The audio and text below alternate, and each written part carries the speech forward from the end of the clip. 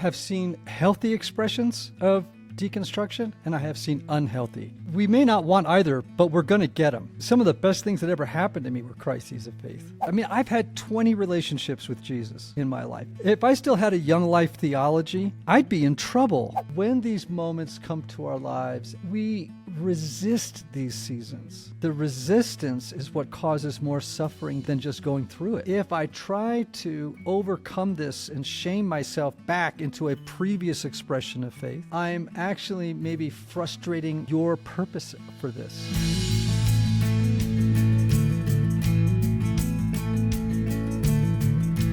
Hey everyone, and welcome back to this week's deep dive episode of The Best of You. I'm so thrilled you're here with me today for this conversation. This is a great conversation. I loved where we went with it. I loved having my friend Ian on the podcast. He's been on the podcast before, and he always brings such great wisdom.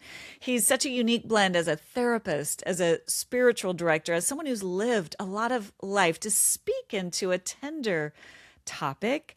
The topic we're talking about today is what happens when the faith that has been familiar to you, the faith that has held you, suddenly doesn't feel like it's sustaining you in the same way. Maybe it begins to feel too small, or God starts to feel far away, or you're starting to ask questions about things you once took for granted, and you don't want to lose your faith. You love God, but you're trying to figure out how to adjust spiritually and find a different way to relate to God, a way to honor the questions without letting go. This is a tender place for many of us. And culturally, I don't think we've done a very good job of creating spaces to honor these seasons of faith. Sometimes it can feel like questioning your faith means you have to leave it. There could be pressure to kind of pull you out of your faith. So, and from that vantage point, you don't want to ask the questions because you don't want someone to pull you out of your faith, but you also don't want to bury the questions because they're there, they're real, and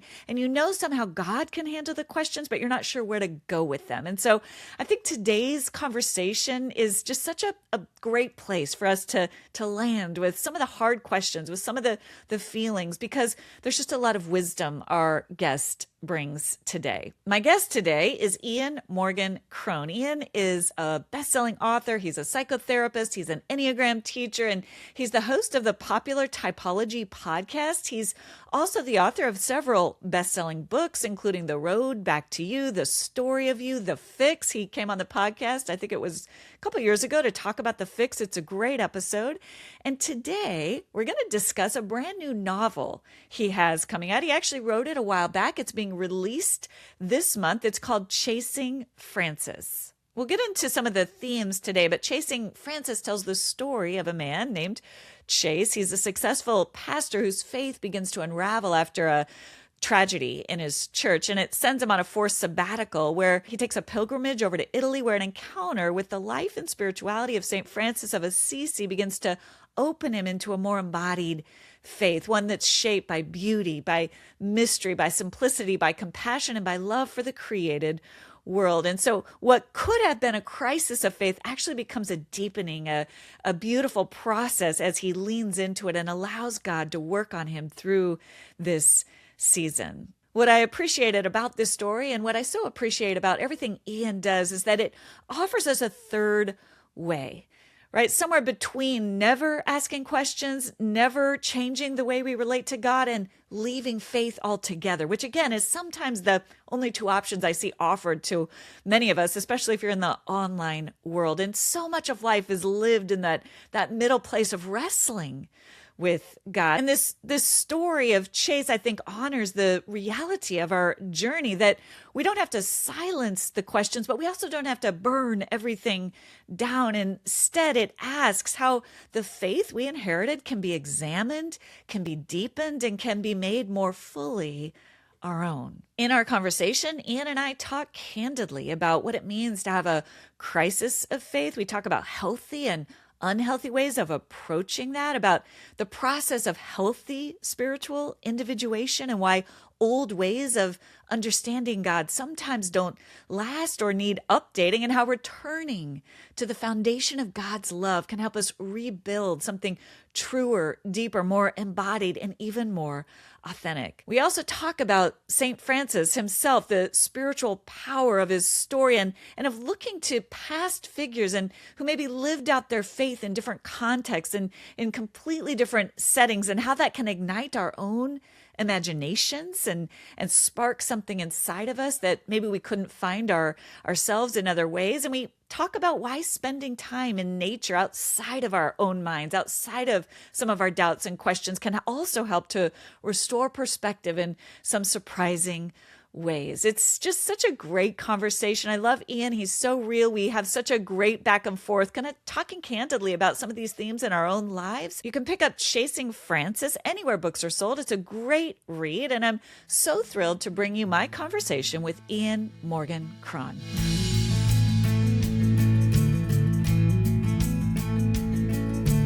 I'm really excited about this conversation and what this book, Chasing Francis, stirs up. So thank you for being here. Thanks for writing it.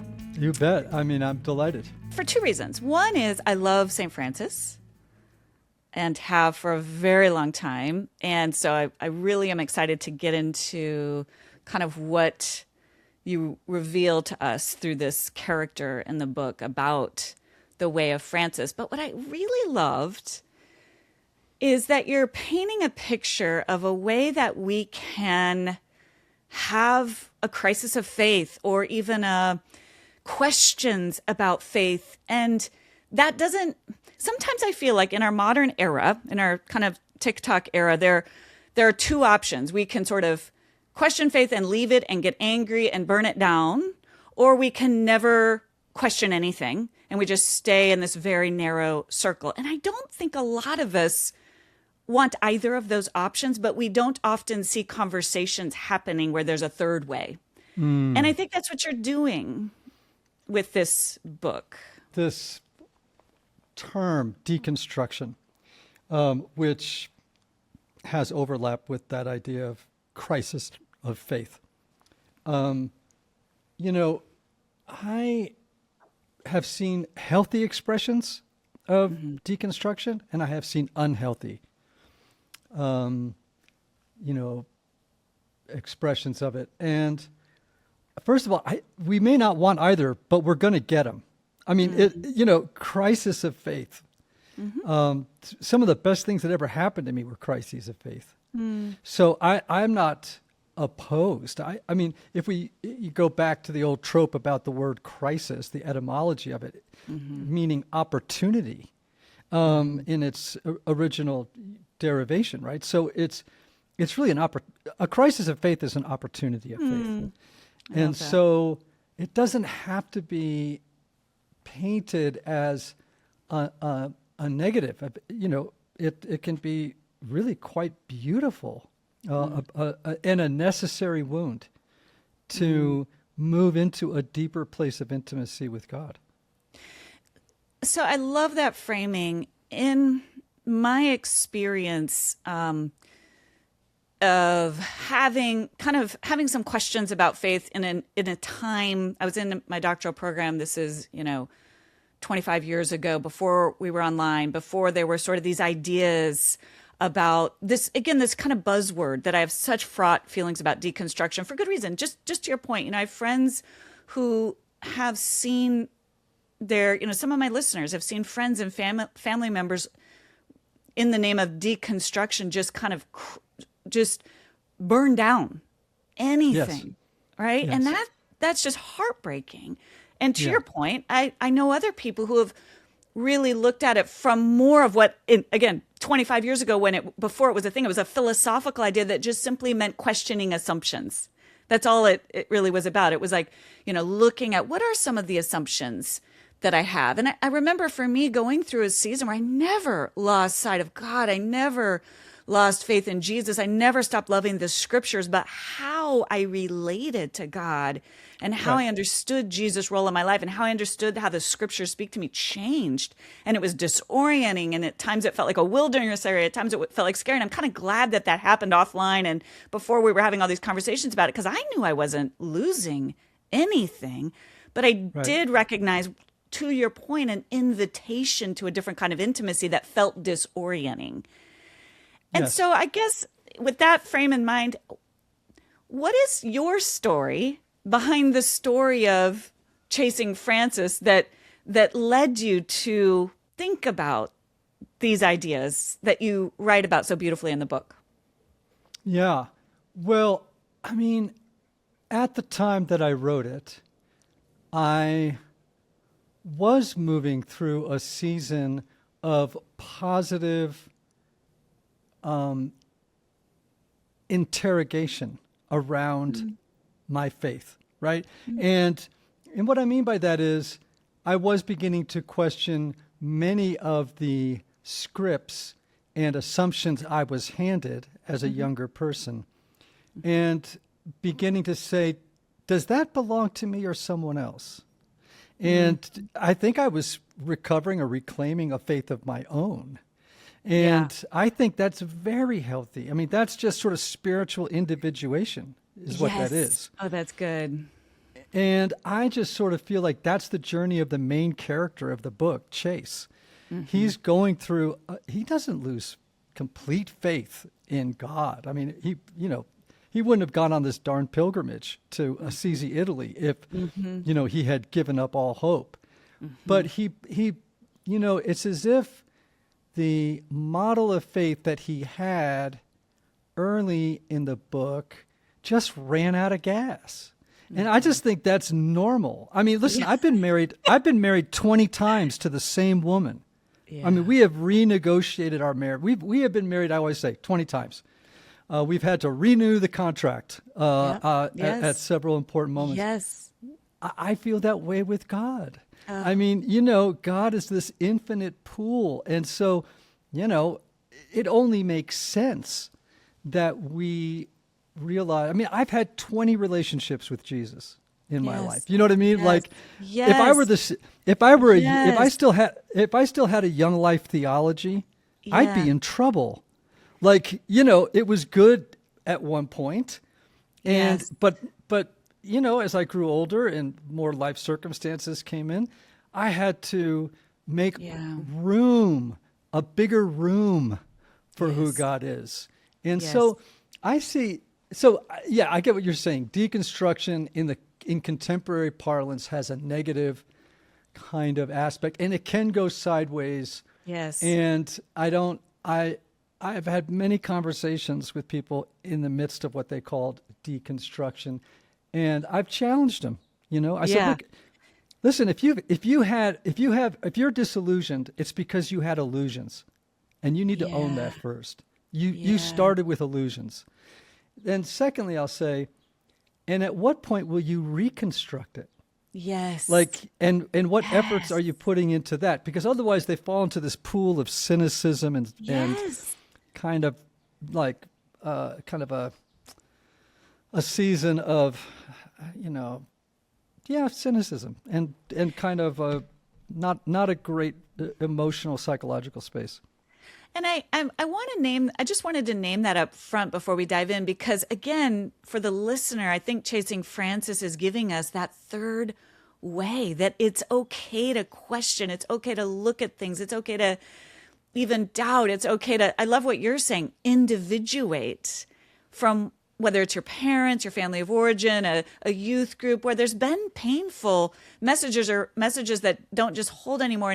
And we need this third category that it isn't, I feel that tug sometimes. And again, I feel it mostly online. I don't feel it in my real life. I feel like in my real life, people are having honest conversations that don't fit neatly into these kind of extremes of don't question anything or question everything and get cynical, right? It's what you're saying. It's how, and I think marriage is a great example. Again, we don't see that with marriage either. It's like, it's great or leave. It's like, oh my gosh, marriage is a lot of the middle. It's a lot of yeah. to your point, the renegotiating, relearning each other, coming back. And so I just kind of want to frame our conversation leaning into that I don't even want to call it the messy middle, but the work of kind of examining, looking at closely, seeing what's hard, but also rebuilding, recreating, renegotiating. I really love that, how that's what I see that you're doing here. You're hitting the hard questions head on,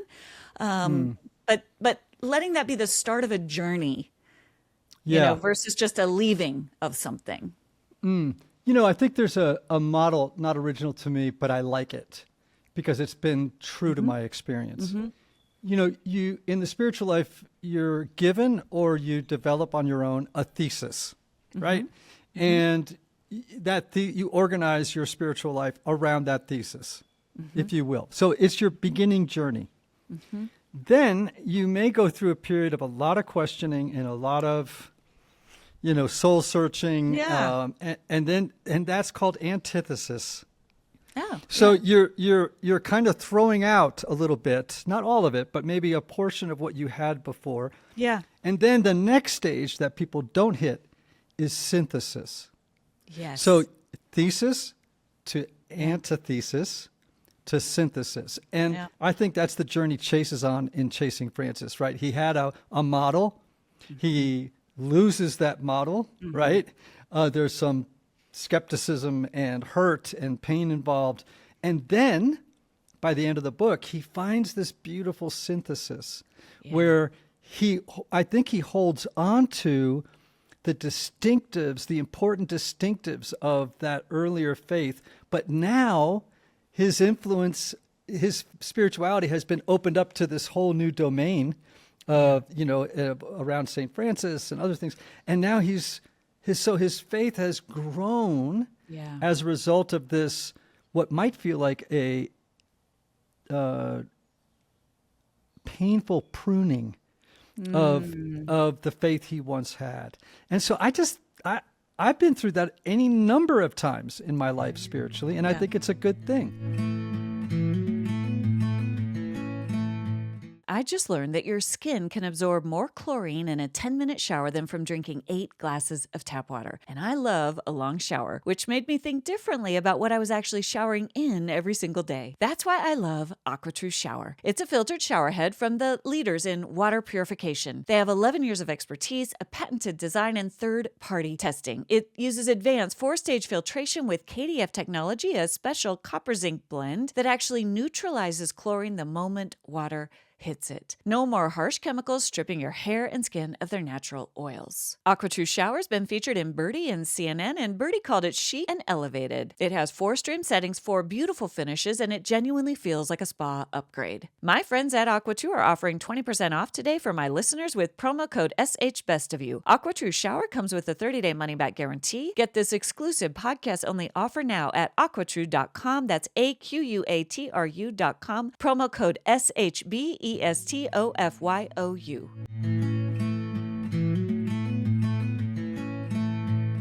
You talk about with Chase in the book, and this really mirrors a lot of my own experience. When I was talking about 25 years ago, I would say my thesis was, and again, I wouldn't say this was theologically my thesis, but the way that I was applying my faith was to mostly focus on the outer behaviors and the thought life. And that, there were numerous reasons for that. And he's successful on the outside. He's a pastor, but his inner world is unraveling. And that I related to that, right? My outer world looked fantastic, like gold star, Christian, high achieving, and but I had no idea how to reach the inner life. And I saw that in Chase. That was the beginning for him. And I'm curious if that dichotomy you think do you see that often in the people you talk with, and the people, where there's sort of a distinguishing between the outer, what we're kind of thinking makes work, and if I can just get this together on my outer life, get this relationship right, get this job perfect, do this better, versus the inner. Do you see that a lot, Ian? Yes, I particularly see it when we talk in those terms of, the first half of life and second half of life. Yeah. That's one place I see it a lot, Yeah. like between 1 and 40, man, you're creating an ego, right? Yeah. And then between Yeah. 40 and 80, you're taking that ego apart.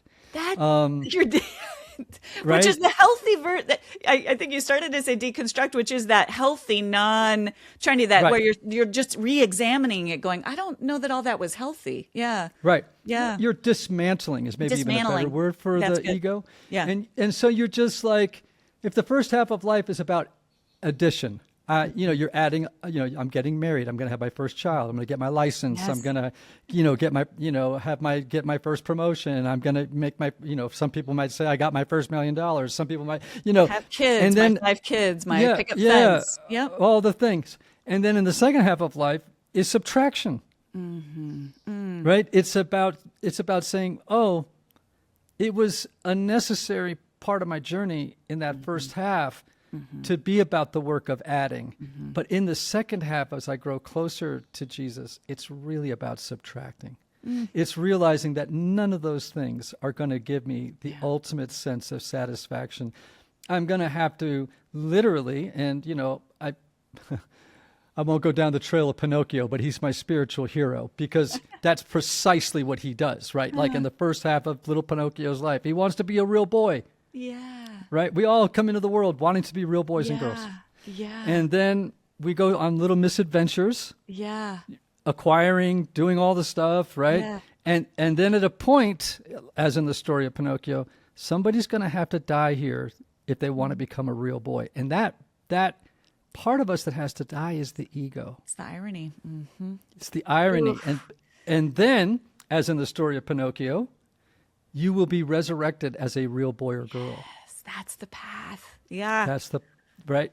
It So- feels like a death, but it's actually the path to greater life Yes, and the life and- you've wanted. Mm-hmm. So we go through life and we have, that's why when someone's in a journey of a dark night of the soul or whatever we call it, a deconstruction or whatever it may be, for the earnest seeker, it's okay, I tell them. It's going to be okay. If you can't see God, it may not be because the light is not with you. It may be that the light is so bright, it's blinding. God may be so close to you right now that you can't see. And so just ride with it, and it'll be okay. And I think, in Chasing Francis, it was both a message to Chase's journey, and it was also a message to the church at large, right?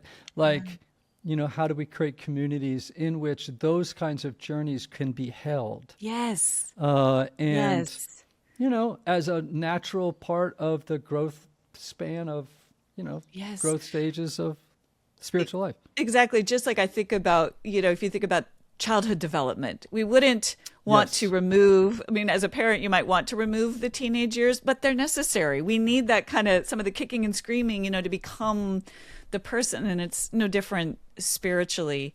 Ian, I want to talk about, I love the Pinocchio metaphor. That's brilliant. I want to talk a little bit about St. Francis, because in the book, for the listener who hasn't read it, it's just a beautiful novel, and you're touching on, and through story. I love how you use story, which I think is such a powerful way to bring to life some of these themes. But he goes on a pilgrimage, and it has to do with Chasing Francis, the title, learning about St. Francis. What was your first meaningful encounter with St. Francis, and what did you see in Francis that sparked something in you that made you want to make him such a pivotal figure in this book? I first came to faith as a little boy in the Catholic Church. I went to Catholic schools. We were deeply steeped in Irish Catholicism as a boy. I always tell, whenever I meet another Irish Catholic, I'm like, did you have a Mother Mary nightlight? I did. And invariably they did, or it was Joseph or whatever. Yeah. And I owe a great debt of gratitude to that, expression of our faith, right?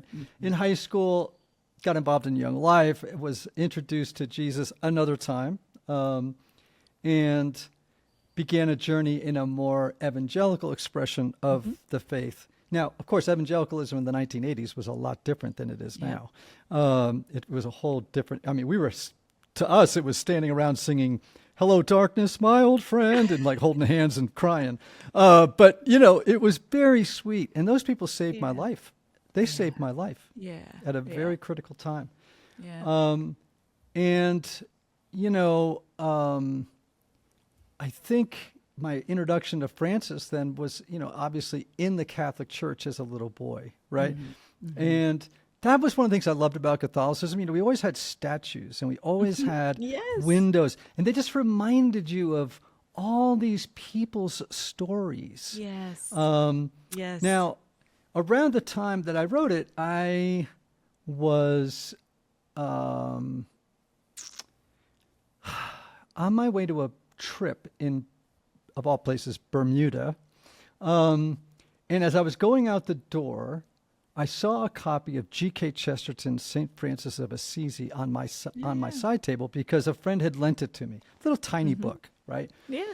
And I brought it with me, and I thought, I got there, I read it 4 times in 1 week. Wow. Because I was floored at this remarkable historical figure who looms so large over the Christian tradition.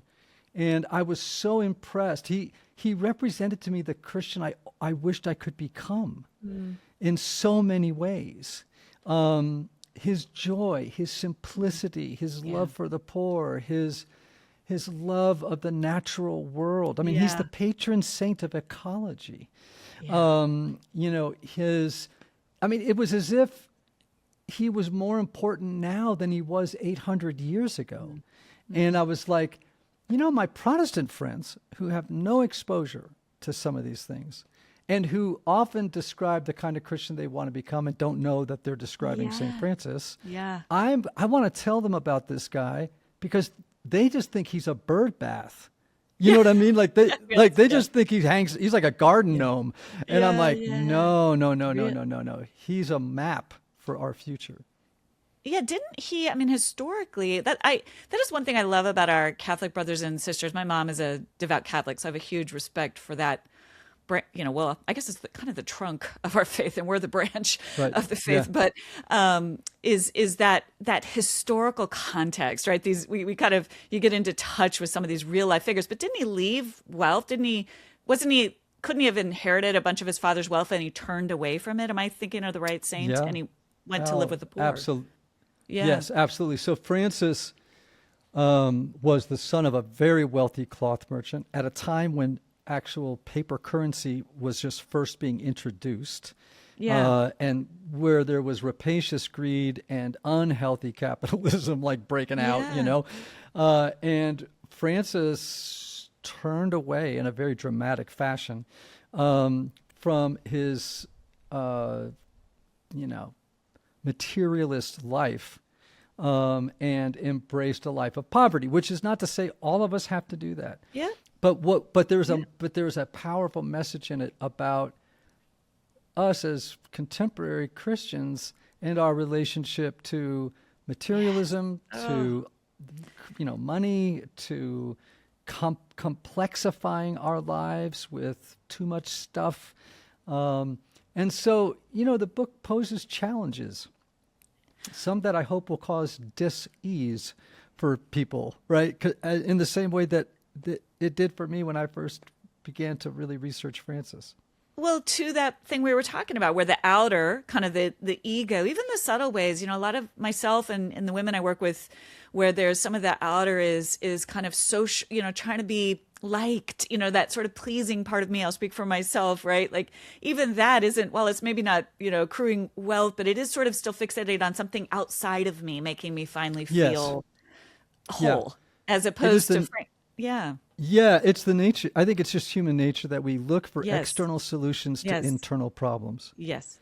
Eventually, the external solution becomes a bigger problem than the one it was trying to solve.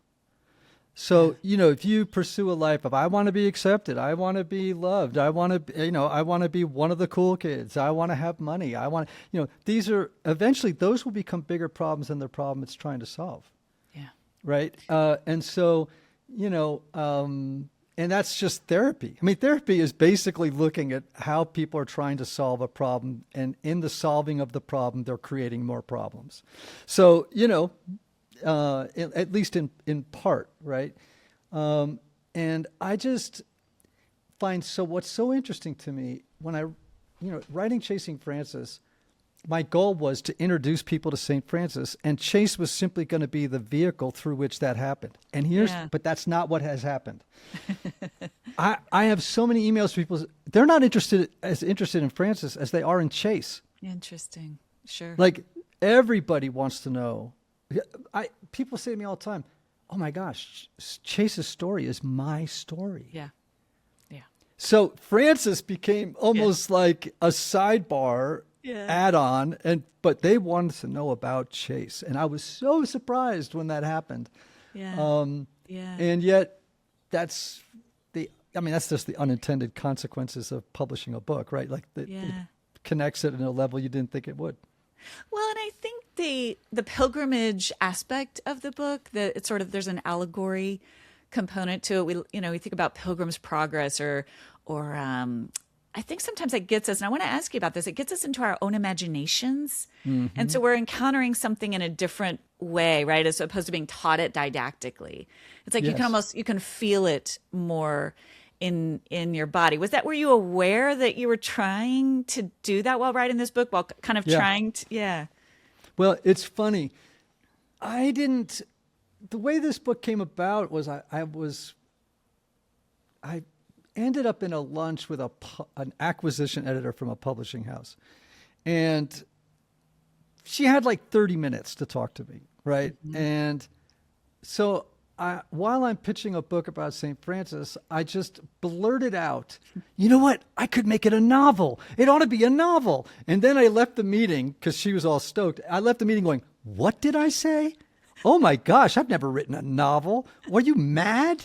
And then I thought, and this line is in the book, oh, no. First of all, St. Francis is the most written about saint in history. More books have been written about him than any other saint in history. So I'm like, why would you write a nonfiction, just didactic book and just add it to the pile of books about him when you could write a novel that would engage people at so many levels? And there's a line in the book where I say, when the front door of the intellect is closed, the back door of the imagination is open. Love that. So you when you're telling a story, you're carrying so much freight in.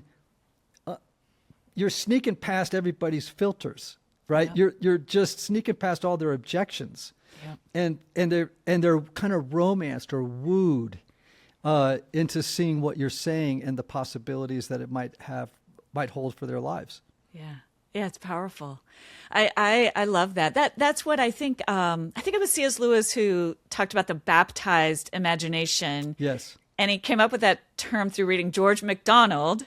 Right. And this idea that was a big part of this, is you're putting us in that imagination. So we're kind of outside of ourselves, but we also see ourselves in it. And I love that. I love that because it is different than your other books. I think this is your only novel, right? Yeah. It's my only novel. And, though I have a really good idea for a new one, but, we'll see.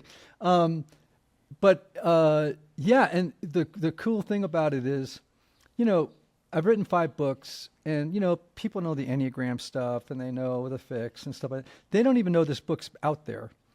And so HarperCollins was like, hey, this book seems more timely now than it was when it came out. Why don't we re-release it as essentially a new book and get behind it like it's a new book?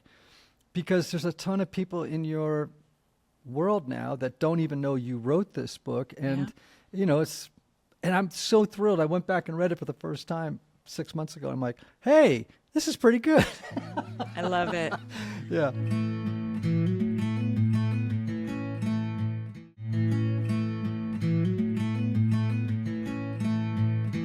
I love that they saw that, because even on the podcast, and my listeners, it's good for you to hear this. Whenever I do episodes on Dark Night of the Soul, Spiritual Drowning, Trying to Make Sense of God. They're always some of my most topped listened to episodes. And I appreciate, that's why I wanted to name up top. Like, I appreciate that trust, because I want this to be a place. And I see that in your book, where those are great things to name. These are invitations. These are not things to shy away from. And you can name them here. And I'm going to take you, with God's help, as part of this process. And you're doing this in the book. We're going to go deeper into faith when we hold those questions. And I think that's what we see happening with Chase in the book. Those questions don't break him. They take him deeper in through this encounter with Francis.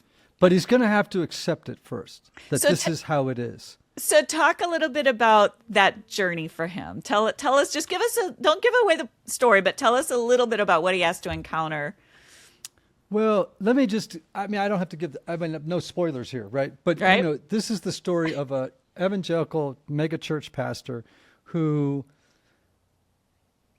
due to his time of life and a tragic incident in his church, has a crisis of faith that leads him to say some stuff in a sermon that ends up getting him on a forced sabbatical. And off he goes with his uncle, who happens to be a Franciscan friar, to Assisi to kind of put his faith and his life back together again. And of course, there's all kinds of church intrigue and all these other stuff that goes with it. But, I think when these moments come to our lives, as it did in the life of Chase, that we resist these seasons. Yes. And the resistance is what causes more suffering than just going through it. Yeah. If you just say, hey, God, this is where I'm at right now. And frankly, if I try to overcome this and shame myself back into a previous expression of faith, I'm actually maybe frustrating your purpose for this. And so what would happen, God, if I just said, this is disorienting, dislocating, uncomfortable, and yet necessary? And, it's interesting. The term we have, puerile, which means childish, right? The word puer means childish. Right? It's like, it's the archetype. It's where we get Peter Pan from. I don't want to grow up, right? He's a puer. Yeah. And,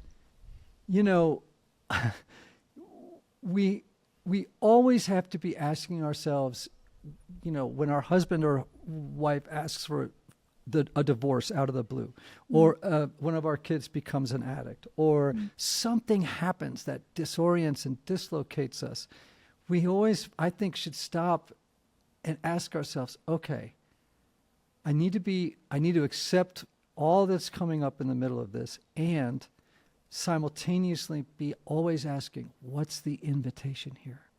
What's the invitation? Because in God's economy, nothing's wasted. Yep.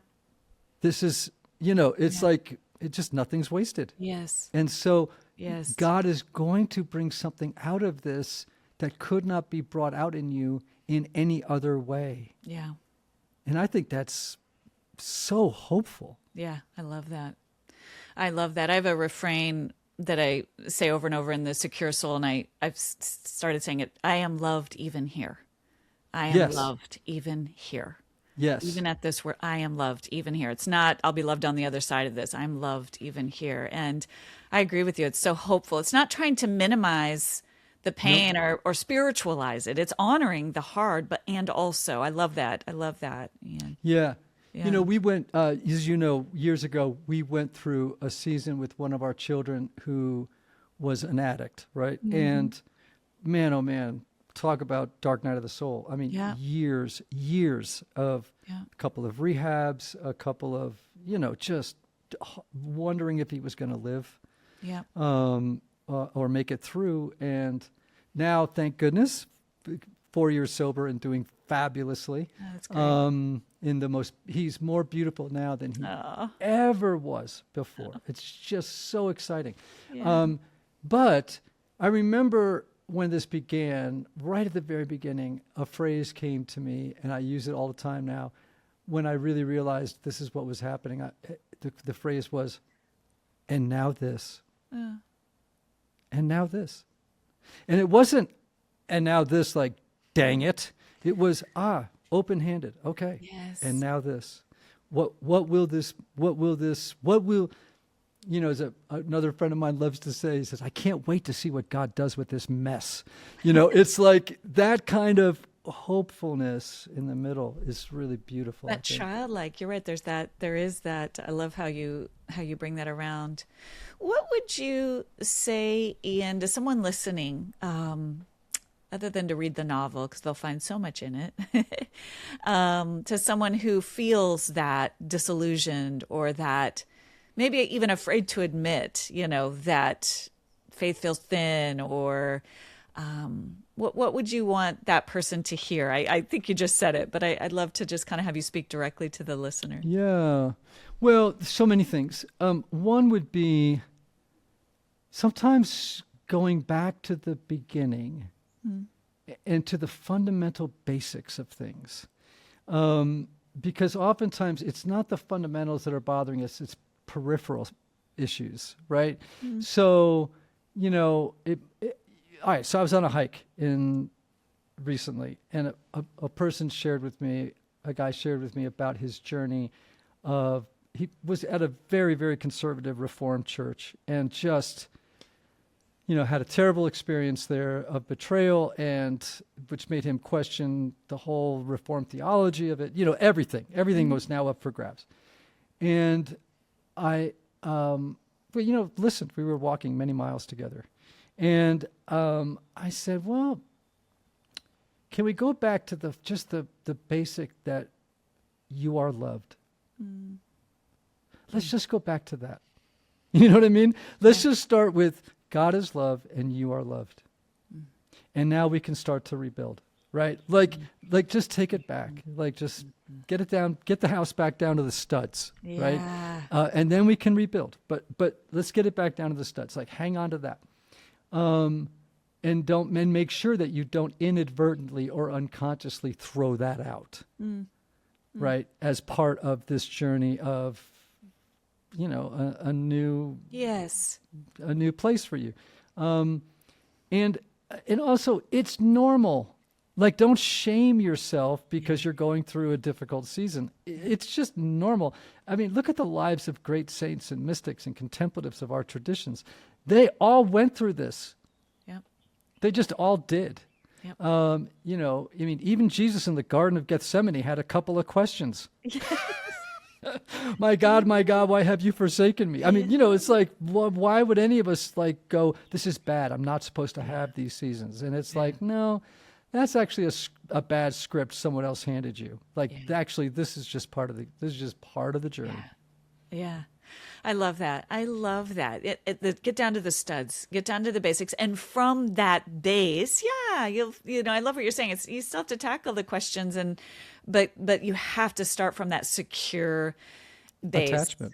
Yeah, that's secure. Exactly. That gets right back to that secure base of love, that secure attachment. I love that. What is to close on today, what is one small Franciscan experiment or action or practice you might invite me or my listeners to try this week? Oh my gosh, so many I could pick from. Well, let's just pick an easy one because I'm in Colorado right now, and this morning I went on a 4-mile hike up the mountains. We need to spend more time in nature. Now, Francis is the patron saint of ecology. I recognize that in the evangelical world, this is a kind of fraught topic, but it shouldn't be. Yeah. I mean, this is our Father's house. Yes. And, when you spend time in the natural world, what begins to happen, okay, you ready to go here? Yeah. All right. So most of us spend so much time with spotlight attention. And, attention in the spiritual life is a very big topic. Simone Weil and others write beautifully about it. So our attention is very narrow. So imagine a stage, and you got a spotlight, and it just picks out a character, right? Yeah. And then it isolates, right? But there's no context. All you're doing is seeing one thing. But if you flip on the lights, suddenly you see the whole stage, and you see that person or problem in context. That's so good. Yeah. Right. And so I'm always in spiritual direction with people. I'm always like, okay, you have very spotlighty attention. Your attention is riveted on this kid, riveted on this job, riveted on this, right? I said, turn the lights on. See things in context. And that is the contemplative mind. Yeah. Right. And so when you're walking in nature, Yes. this is just actually proven. Yes. This is science, right? Yes. You begin to have a sense of the interconnectedness of all things. Yes. Yeah. And you move from spotlight attention to what's called lantern I attention. love that. So the attention becomes diffuse instead of overly focused. And you go, oh, it's much bigger than I thought. Huh. It's more beautiful than I ever imagined. I've been so riveted on my little life. Yeah. And I so today I was standing on a ledge overlooking the Continental Divide, and I'm like, oh, right. I'm part of a really big story here. And all of a sudden, perspective. And so I could say so much more about why it's important to spend time in nature and the created order. And for so many people, increasingly with technology, it's become a lost spiritual discipline. So Ian, this cover of this book, I grew up at the base of a mountain up in Wyoming, and now we live at the base of the mountain again. And I had it as a kid, and so it's kind of a key character in this book. There's a little bit of an allegory component to this book, but I never heard that described just like that. But I will notice as an adult, and I used to drive toward the mountain as a kid when I was just angsty energy, and it would just calm me. I never really understood that, but that's what I did. Now as an adult, it's exactly what you're saying. It's like whatever's going on in my mind, whatever I'm fixated on, that mountain literally, it's just my shoulder. It is, and I've noticed it so palpably. I'm like, it's like, it's the most calming effect, just driving towards something bigger than me. And it's like that looming. And I think about the Psalms, my eyes turn to the hills, and it's that kind of, almost that, it's God. It kind of stands in as, this, I'm not alone in this. There's something, there's something bigger than me. It's kind of that attachment presence. And I haven't heard it explained how you just explained that, but it's very real and very kind of nervous system, literally. Like Yes. I can just release, and it's looking at something bigger than me. And it's just everything into context. And it's so interesting to hear you describe that physiologically and that it's very real. So I love that practice. And if you don't live near a mountain, or you can't get to that perspective, even just, I think there's studies that show even just going to a park, being in grass, literally getting to a park bench, getting to where there's trees, just getting somewhere where there's some sense of your context, to use that word. Yeah, my wife, who's a sweet Enneagram 9, and they love the outdoors, man. And she has this little practice that makes me tear up every time she does it. There's one trail we use a lot or go on a lot, and there are 2 trees on that trail. And one represented my son's sobriety to my wife, because when he was really struggling, there was just something about the solidity and the rootedness of this tree that spoke to her. Sorry, I'm getting a little choked up. That's beautiful. She would just go over and with both hands hold the tree and touch it and say a prayer for my son. In our last home, we nearly had a big window made into stained glass of that tree. Wow. But where else can you encounter God like that? Yes. Where everything is a metaphor. The mountains are a metaphor. The trees are a metaphor. The birds are. Everything is brimming. Yeah.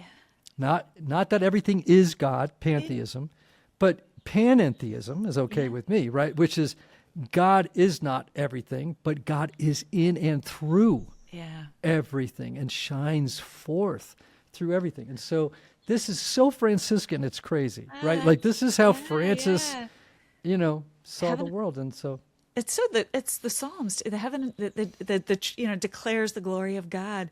Yeah. It's just beautiful. Ian, you're just a treasure. There's just a wisdom that you speak that always hits. And I'm just so grateful for your time today. But I'm also really grateful that you took the risk on this, telling this story, and just, kind of taking us again. It's like sometimes the other thing I was thinking of when I was reading Chase and Francis is sometimes looking back to looking to something, the ancient is the way to the future. I love that kind of paradox. Yes. Well, on a good closing note, there's a line in the book. It says, the road to the future often runs through the past.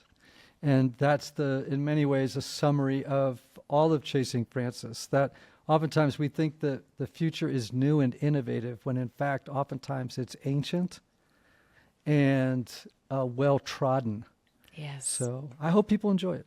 It's beautiful. Thank you so much we'll link to the book in the show notes. And it's a great time this summer, before we kind of head into the craziness of fall, to just anchor yourself, right? Anchor yourself in this story. And it's an easy read in that sense, that it's a story, and I think we're hungry for that too. I know I was when I started. I was like, oh, I'm so ready to read, because usually I get more like self-help, good stuff, but it's like, oh, it's just nice to sink into a story. So glad. We're grateful. Thanks, Ian. Thank you for joining me for this week's episode of The Best of You. It would mean so much if you take a moment to subscribe. You can go to Apple, Spotify, YouTube, or wherever you listen to or watch podcasts and click the plus or follow button. That'll ensure you don't miss an episode, and it helps get the word out to others. While you're there, I'd love it if you leave a 5-star review. Join us each weekday for The Best of You every day, a brief daily reflection to help you start your mornings with a steady dose of wisdom. Remember, as you become the best of who you are, you honor God, you heal others, and you stay true to your God-given self.